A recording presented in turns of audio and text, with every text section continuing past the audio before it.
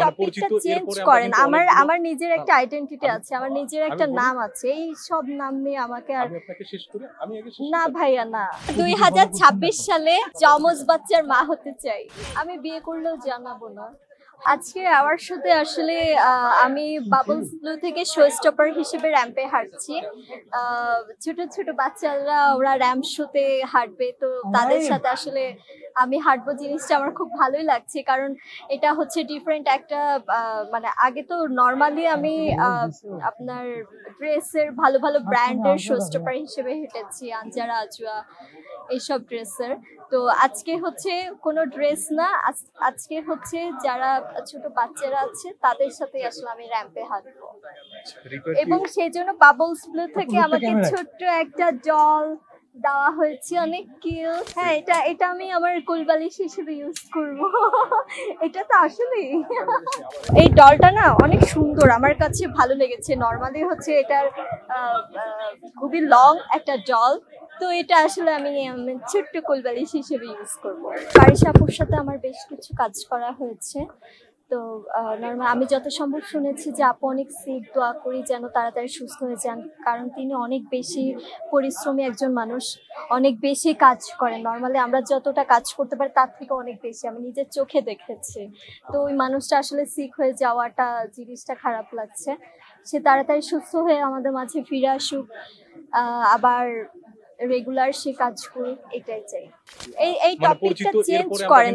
আমার নিজের একটা আইডেন্টিটি আছে, আমার নিজের একটা নাম আছে। এই সব নাম নিয়ে আমাকে আর না ভাইয়া না, অন্য কিছু বলেন। আমি সিনেমা করেছি, আমি র্যাম্পে হেঁটেছি, তো আমাকে এইসব বলেন যে আপনি অ্যাক্ট্রেস, আপনার সিনেমা রিলিজ হয়েছে, এটা বলেন। খেলাটা আমার খুবই পছন্দের জায়গা, কারণ ছোটবেলা থেকে আমি খেলাধুলা করি। আমার আব্বু একজন ব্যাডমিন্টন প্লেয়ার ছিলেন, আমি নিজেও ন্যাশনালে ব্যাডমিন্টন প্লেয়ার। হ্যান্ডবল খেলেছি ডিস্ট্রিক্ট পর্যায়ে, এবং ফুটবলে ট্রেনিং নিয়েছি, ভলিবল খেলেছি।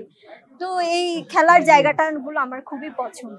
তবে আমি যদি কোথাও খেলি তখন আমার ভালো লাগাটা আরো বেশি কাজ করে, কারণ আমি আবার সেই 5, 6, 7 বছর পর মাঠে যাব, খেলবো, এই ব্যাপারটা আমার রেগুলারই কাজ করে যে না, এখন আসলে সময় সুযোগ হয়ে ওঠে না একটু মাঠে যাব, খেলবো, এরকম একটা ব্যাপার।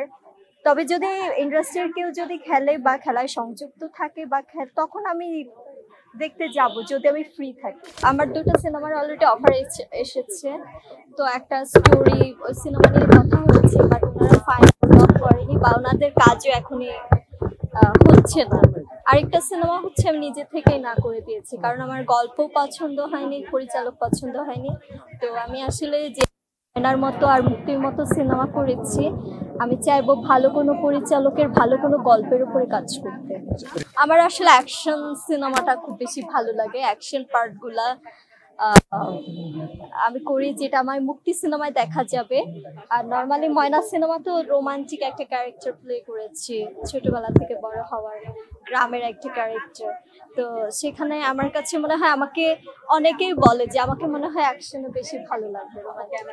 হ্যাঁ, ময়না সিনেমা আসলে 7টা দেশের বাইরে 7টা দেশগুলা, ইতালি, তারপর জার্মান, তারপর হচ্ছে মুম্বাই জুরি বোর্ডে পুরস্কার পেয়েছে। তো আরো অন্যান্য 12টা দেশে ফেস্টিভ্যালে দেখানো হয়েছে, এবং অস্কার পর্যন্ত আমার ময়না সিনেমার নাম যায়। তো এই ব্যাপারটা আসলে আমাকে খুব কাজের প্রতি আরো বেশি আগ্রহ বাড়িয়ে দিচ্ছে, কারণ আমি চাই যে প্রথম একটা সিনেমায় প্রথম নিজেকে বড় পর্দায় একজন হিরোইন হিসেবে দেখেছি। তো সেই সিনেমায় একটা সিনেমা নিয়ে সেই 2 বছর থেকে শুরু করে এখনো পর্যন্ত এই সিনেমা নিয়ে মানুষের কথা বলছে। এই ব্যাপারটা আসলে আমাকে খুবই, আমি প্রাউড ফিল করি, কারণ অনেকে আছেন অনেকগুলো সিনেমা করছে বাট তার নাম আসছে না বা সিনেমার নাম আসছে না, সেখানে আমার সিনেমার নাম আসছে, বারবার সেই ময়না আর রাজদীপা নামটা চলে আসছে। গতকাল আমেরিকার এয়ার ফেস্টিভ্যালে আমার সিনেমা দেখানো হবে।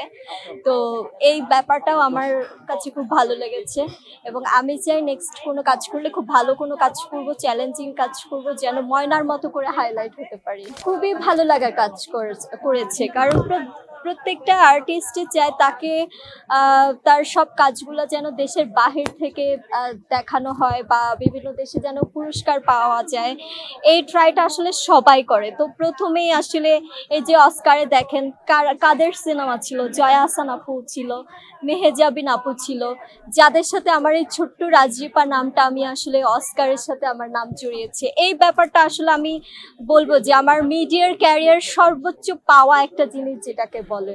তো ভালো লাগে, খুবই ভালো লাগে, খুব প্রাউড ফিল করি নিজেকে নিয়ে। আমি বিয়ে করলেও জানাবো না, হঠাৎ করে একটা বেবি নিয়ে সামনে চলে আসবো, তারপর আপনারা খুঁজে নেবেন যে আমার বাচ্চার বাবাকে। তো 2026 সালে যমজ বাচ্চার মা হতে চাই। আমার ছোটবেলা থেকে খুব ইচ্ছে যে আমার কখনো যদি বেবি হয় আমার যমজ বাচ্চা হবে, তবে সেটা যদি মেয়ে হয় তাহলে তো আরো বেশি ভালো লাগবে।